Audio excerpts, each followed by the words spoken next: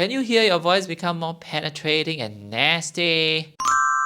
Hi everyone, Aaron here again. In our previous video, we looked at falsetto and how we can combine it with our thick true vocal fold sounds to create contrast. If you missed out on that video, don't worry, the link is in our description below. Also, if you like our content and our videos, remember to like and subscribe and also share our videos out to your friends. Today's video is going to be noisy and loud, because we're going to talk about a very penetrating and bright voice quality, and that is twang. Ever wonder how some people sound so effortlessly loud and clear while you may struggle to make yourself heard? Or perhaps when you're in a noisy environment, you find it difficult for others to hear you speak, but yet the people around you can be heard easily and clearly? Also, have you ever wondered why babies and young children are just naturally loud and have such a penetrating cry?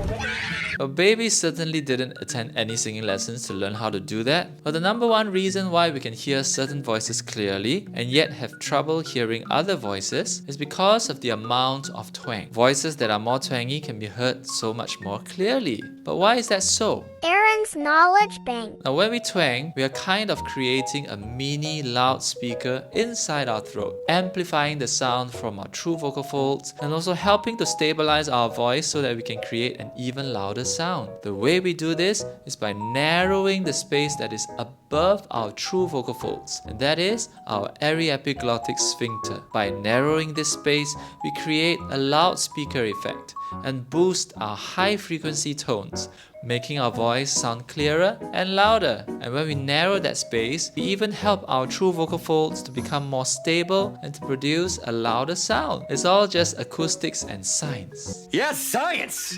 So how do we create this mini loudspeaker inside our throat? One quick way is to think of creating an evil laughter sound, much like an evil character in a cartoon or a Disney movie. Nyeh, nyeh, nyeh, nyeh, nyeh. Can you hear your voice become more penetrating and nasty? Or we can think of making a more cutesy and teasing sound, and that will also help you to achieve this twangy tone. Nyeh, nyeh, nyeh, nyeh, nyeh. You can also think of a baby goat and how it sounds like meh, meh. Or think of Bugs Bunny. Yeah, what's up, Doc? What's up, Doc? Remember to look out for a bright and penetrating tone when you make these sounds. It should sound loud and twangy and even a bit annoying. One important disclaimer here though. Remember in my previous videos I talked about how singing is not just about breath. Singing is not just about breath. We also need to think about the source of our voice, our true vocal folds. Well, for this twang exercise, we definitely must not use a lot of breath to try to make our voice louder, because it most certainly will not work and also will make our voice more tired and potentially even scratch or damage our vocal folds. What we should focus on is to make a bright and penetrating sound without pushing extra breath to achieve it. Think of the evil cartoon character or the cutesy voice and you'll find it much easier. Don't try to push breath to make it loud. It naturally will be loud once you found the right technique. So since I mentioned earlier that twang can be quite annoying, why are we even learning it? And how do we apply it to our singing? Actually, a lot of singers use twang when they sing. If they didn't, their voices would not be able to penetrate through the music and the noise around them and reach our ears. For the song Thinking Out Loud by Ed Sheeran, darling, I will be loving you till we're 70. he uses twang to create a sense of projection and clarity in the verse of the song. Here's how it sounds like when there's twang. And darling, I will be loving you till we're 70. And baby, my heart will still fall as hard at 23.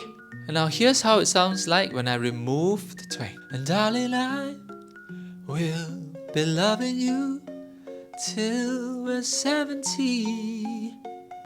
And baby, my heart could still fall as Heart at 23.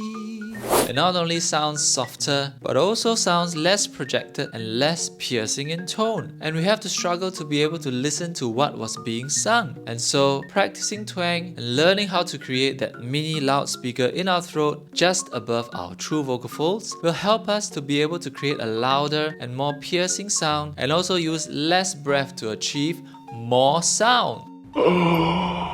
You may have realized also that this twangy sound seems to be a little bit nasalized. It maybe sounds as though we are singing through our nose. Well, it may or may not be so, and we'll talk about this in our next video, so remember to subscribe so you don't miss out on all our great content. Do help to share our videos to more people who love to sing, and I'll see you in the next video. Bye bye!